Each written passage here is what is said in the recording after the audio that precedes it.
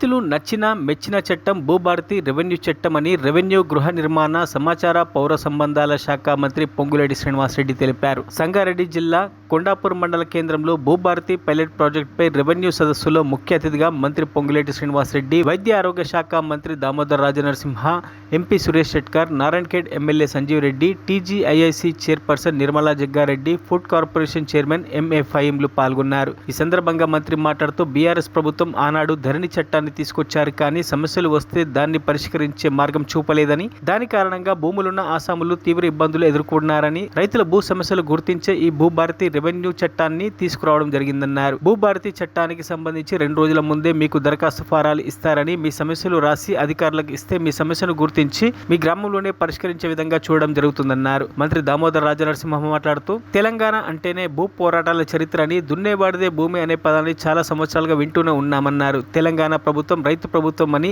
అంబేద్కర్ జయంతి సందర్భంగా నూతన చట్టాన్ని తీసుకొచ్చి పేద బడుగు బలహీన వర్గాలకు న్యాయం చేసిందన్నారు. ఈ కార్యక్రమంలో సంబంధిత శాఖ అధికారులు, ప్రజాప్రతినిధులు, అధిక సంఖ్యలో ప్రజలు పాల్గొన్నారు.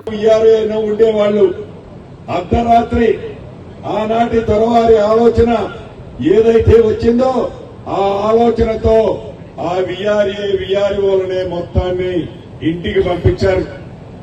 ప్రజలందరి కోరిక మేరకు, మీ అందరి ఆలోచనలకు అనుగుణంగా ఈనాడు జూన్ 2వ తారీఖు నుంచి ప్రతి రెవెన్యూ గ్రామానికి రెవెన్యూ అధికారిని నియమించే కార్యక్రమాన్ని కూడా కేబినెట్ ఆమోదం తెలిపింది.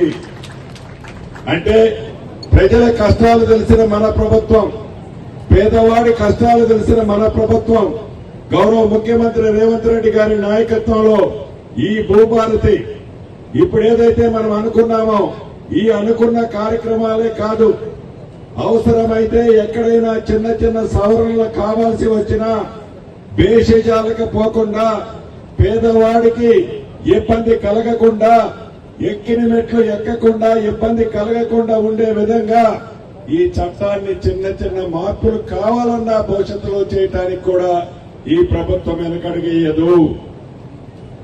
ఇది పేదోడి ప్రభుత్వం, ఇది మన ప్రభుత్వం, ఇది మీకోసం ఉన్న ప్రభుత్వం. మీరు కోరే విధంగానే ఈ ప్రభుత్వం పరిపాలన ఉంటుందని కూడా ఈ వేదిక ద్వారా మీకు తెలియజేస్తున్నాము. అంతేకాదు, ఏదైతే ఈ ధరణితో ఆనాటి పెద్దలు ఏవైనా ఈ భూభారతి చట్టం ద్వారా అవన్నీ కూడా బయటికి రాబోతున్నాయి. ఇందాక మిత్రుడు చెప్పినట్లు భూమి విలువలు ఎందుకు తగ్గాయి అంటే భూభారతి వచ్చింది కాబట్టి ఆ ధరణిలో అక్రమాలన్నీ బయటకు వస్తాయని భయంతో ఆనాడు కబ్జా చేసిన వాళ్ళందరూ ఈనాడు హైదరాబాద్ ని వదిలేశారు కాబట్టి తక్కువైనట్లు కనిపిస్తుంది. కానీ వాళ్ళు వెళ్లిపోయినా పరారై అన్ని రకాలుగా అన్యాయ పాలించారు. ఏప్రిల్ 14న చట్టము తీసుకొచ్చి ఏప్రిల్ 14 రూల్స్ తీసుకొచ్చిన చరిత్ర కాంగ్రెస్ ప్రభుత్వాన్ని. అంటే చిత్తశుద్ధి, కమిట్మెంట్ ఏ రకంగా ఉన్నది అనేది దానికి నిదర్శనం. అని ఈ 9.5 సంవత్సరాలు ఈ రకంగా ఈ రెవెన్యూ శాఖను నిర్వీర్యం చేయడము, చట్టాలను ఏ ఒక్క దాని మీద హక్కు లేకుండా చేయడము, సుమారు 10 లక్షల అప్లికేషన్లు పెండింగ్ లో ఉండడము, పార్టీలో 18 లక్షల దరఖాస్తులు పెండింగ్ లో ఉండడము, పేదవాడు మీ సేవకు తహసీల్దార్కు ఆర్డీఓ జరిగిపోవడము.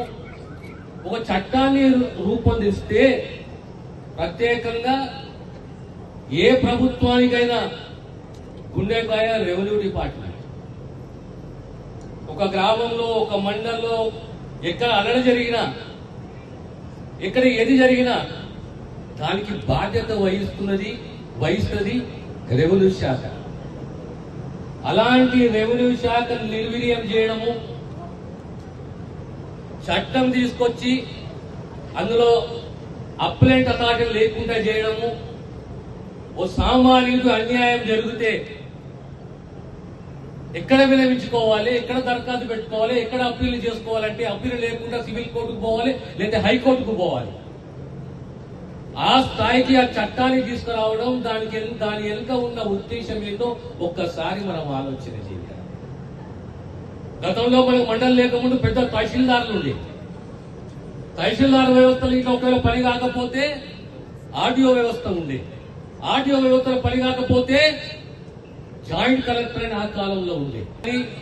హైకోర్టే గాని ఆ రకంగా అంచెలంచెలుగా మనం అప్పీల్ చేసుకోవడానికి దరఖాస్తు. సర్వే మ్యాప్ తోనే రిజిస్ట్రేషన్, మ్యూటేషన్, సర్వే మ్యాప్ ఇక మన టోటలీ పరిష్కారం అని ఉంటుంది అక్కడ. దాంతో మనకి ఎటువంటి ఫ్యూచర్ లో కొట్టాటలు ఉండవు, ఆర్డర్స్ కొట్టాటలు ఉండవు. మరి దానికి వారు 5,000 మంది ట్రేడ్ సర్వేస్ వారు ప్రభుత్వం తరఫున నియమించబోతున్నారు. ఇప్పుడు మనం చూస్తా ఉన్నాము, సర్వే చేయండి అంటే 2 నెలల మనకు సర్వేనే రాడు. సర్వే రాడు, వచ్చిన సగంలో దేశం వెళ్ళిపోతుంది. ఆ పరిస్థితి ఉంది. మరి మీరు త్వరలోనే ఆ సర్వేస్ నియమించి వాళ్ళ ఫీల్డ్ లో దించి ఈ రిజిస్ట్రేషన్ తో పాటు మరి సర్వే మ్యాపింగ్ కూడా చేసిస్తే మనకి ఇబ్బందికర పరిస్థితులు ఉండవు. ఓ చిన్న విషయం మనం చెప్తాం. మా నారాయణపేట నియోజకవర్గం పెద్ద శంకరాంపేట 17 గ్రామాల్లో భూములు, అందరు చిన్న చిన్న రైతులు, 2 ఎకరాలు 3 ఎకరాలు చిన్న సన్నకారు రైతులు, వాళ్ళకు కాంగ్రెస్ ప్రభుత్వం 75లో టెనెంట్ ట్యాక్స్ తెచ్చి వాళ్ళ సర్టిఫికేట్ ఇచ్చింది. ఈ ధరణి చట్టం రాగానే ఆమె చేసుకోండి ఫుటికి ఇస్తా ఉన్నాం, పిల్ల పోవట్లేదు. మరి ఇంకా ఎన్నో మంచి కార్యక్రమం, మా సంక్షేమ కార్యక్రమాల ప్రభుత్వం చేస్తుంది. రైతు రుణమాఫీ 25 లక్షల రైతులకు 22,500 కోట్ల రూపాయలు ఇచ్చినా కానీ ఇంకా ఇయ్యలేదన్నమాట వస్తా ఉంది. మరిన్ని అప్డేట్స్ కోసం మా ఛానల్ని సబ్స్క్రైబ్ చేయండి.